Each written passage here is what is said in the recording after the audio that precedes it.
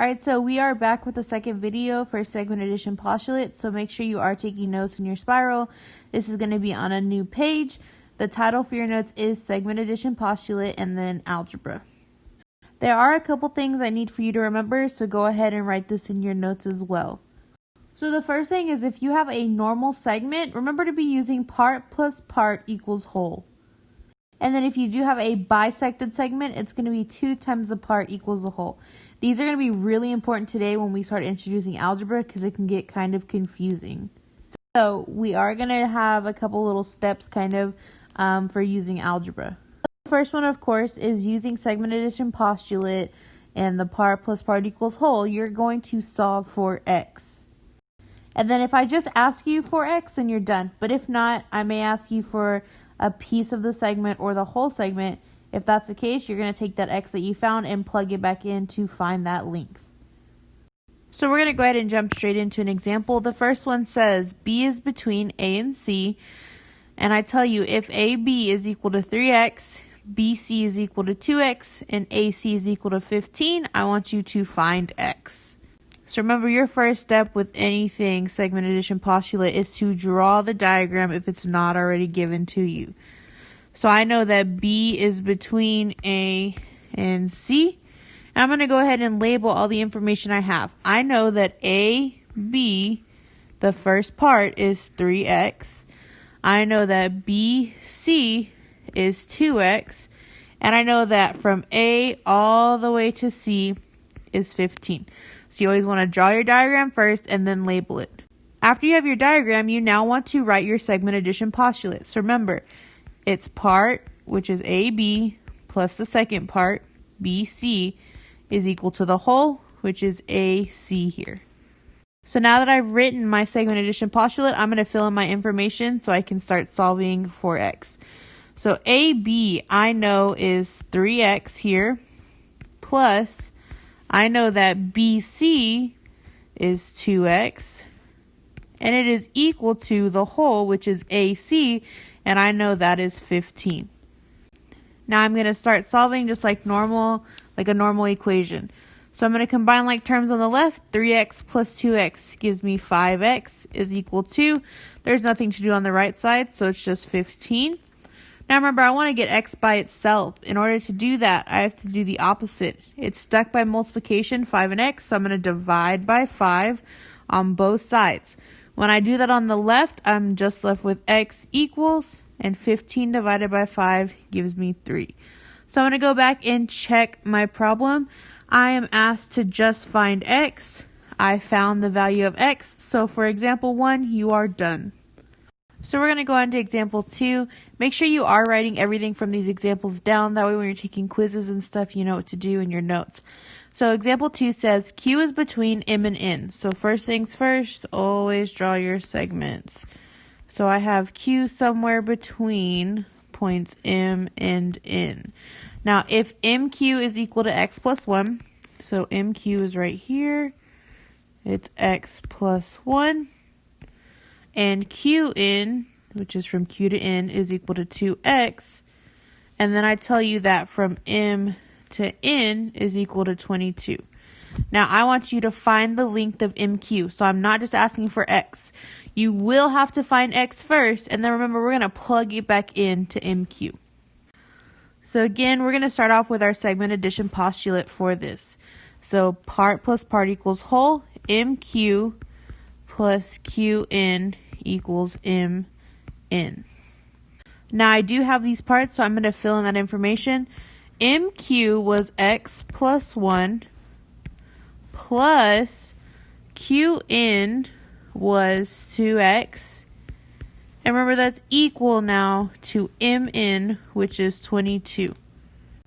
So I'm going to go and I'm first going to solve for x. So on the left side, I need to combine any like terms. I can combine 2x and x. So 2 plus 1 gives me 3x. And then I still have that plus 1 is equal to 22. Remember, your goal in solving for x is to get it by itself. So I first want to subtract 1 from both sides. When I do that, I end up with 3x equals 22 minus 1 gives me 21. And my last step here to solve for x is to divide both sides by 3. When I do that, I end up with x equals 7. Now I look at my problem and I ask you to find the length of MQ, so I am not done. I know that MQ is equal to x plus 1. And I just found out what x is, so I'm going to plug that in. Instead of x, I now have 7 plus 1. And my last step is to combine that and get 8. So I know the length of MQ is equal to 8. That's what I asked you for in the question, so now you are done. So your example 3, point L lies between x and y. So again, we're going to go ahead and draw that segment. I have x and y as my endpoints, and L falls somewhere in between them. I tell you here that XL is equal to 4x plus 5. I tell you that LY is equal to 7. And then I tell you that XY is 3x plus 30. Now I'm going to write out that segment addition postulate. So our first part is XL plus the second part is LY, and it's equal to the whole, which is XY. I can now go ahead and fill in that information. So I know that XL is 4x plus 5, plus I know that LY is 7, and that's equal to the whole, which I know is 3x plus 30. So at this point, we're just going to continue on solving for x first. Now when I look at the left side, I first need to combine my like terms. I can combine 5 and 7. So 4x plus 5 plus 7 is 12, is now equal to 3x plus 30. Remember, your goal solving for x is to get x by itself. So I need to move this 3x first. I want to move it over to the left side. So I'm going to subtract it. When I do that on the right, it cancels out, goes away. But on the left, I have 4x minus 3x, which just leaves me with x, plus 12 is equal to 30. Now, I need one more step to get x by itself. I'm going to subtract that 12 from both sides. So x is now going to be equal to 18. Again, we need to check the problem. I ask you to find XL and XY, so we are not done. I know that XL is currently equal to 4x plus 5. Now to find the length of that, I already found out what x is, so I'm just going to plug that in. So it's now 4 times 18 plus 5. In your calculator, you do 4 times 18, and that gives you 72 plus 5. And your last step is to add those together. So we find out that XL is 77. But now we need to do XY. And I know that XY is the whole segment, and that is 3x plus 30. So now instead of x, you're going to put in 18. So it's going to be 3 times 18 plus 30. And so I see that 3 times 18 is 54 plus 30. So my last step is to add those two together. And I find out that XY is equal to 84. So I found what I was asking for. I found XL and XY. We are now done. So just like the other video with numbers, in algebra, we also still have bisected segments. And remember, when it is bisected, when a segment is bisected, that means it's cut in half. So we have a little formula for that. You can use the regular segment addition postulate, or you can also do 2 times the part equals the whole. With numbers, it's easy to just use the regular formula that I gave you. When it comes to algebra, you'll really want to do the 2 times the part equals the whole. And you need to remember that the parts are equal. This is going to save you a lot of time in the algebra. We're also going to do an example where we have to set the 2 individual parts equal to each other to solve for x. So we're going to go ahead and get into our 3 examples. So example 1, I tell you that point B bisects AC. If AB is equal to x and AC is equal to 12, I want you to first solve for x. So again, we're going to draw our segment. You have segment AC bisected or cut in half by point B. I tell you that AB is equal to x, and that AC is equal to 12. Now, if I know that AB is x, I also know that BC is x. So you can go from there and do x plus x equals 12, or if you use 2 times the part equals the whole, it's the same exact thing. 2 times my part is just x is equal to the whole, which is 12. And to solve for x, I just divide both sides by 2, and x equals 6. So each of the parts, AB and BC, would both be 6.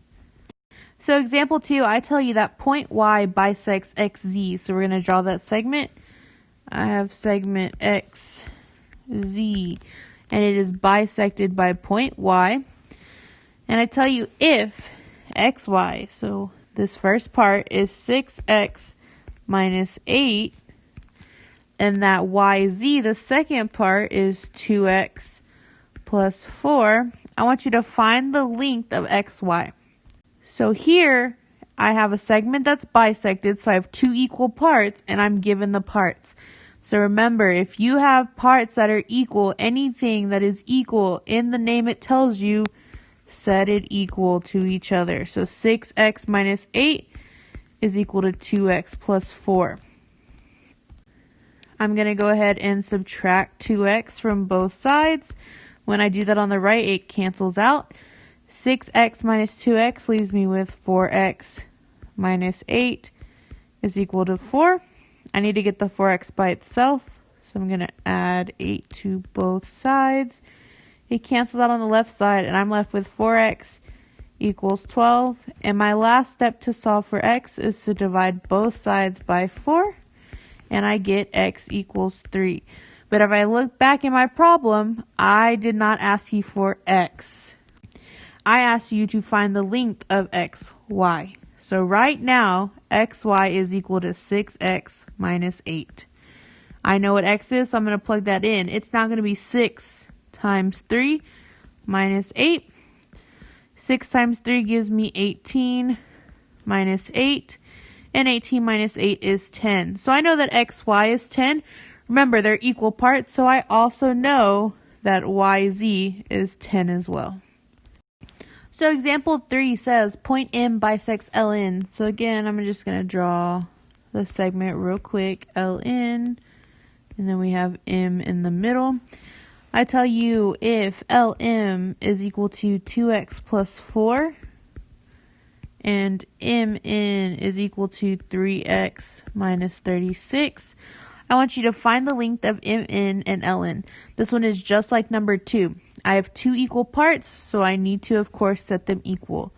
So 2x plus 4 is equal to 3x minus 36. I have to find x first in order to find the other lengths. So I'm going to subtract 2x from both sides. I always subtract the smaller x just to keep things positive. So 2x minus 2x cancels out, and I'm left with 4 equals x minus 36. My next step is to go ahead and add 36 to both sides. When I do that, I have 4 plus 36 gives me 40, which is equal to x. So I have solved for x. Now I can plug in and start finding MN and LN. So MN is equal to 3x minus 36. So instead of x, I'm going to put that 40 that I just found minus 36. So you plug into your calculator, do it by hand, whatever you want. 3 times 40 gives me 120 minus 36. And 120 minus 36 gives me 84. Now I know that MN is 84. I also know that I need to find LN, which is the whole. So LN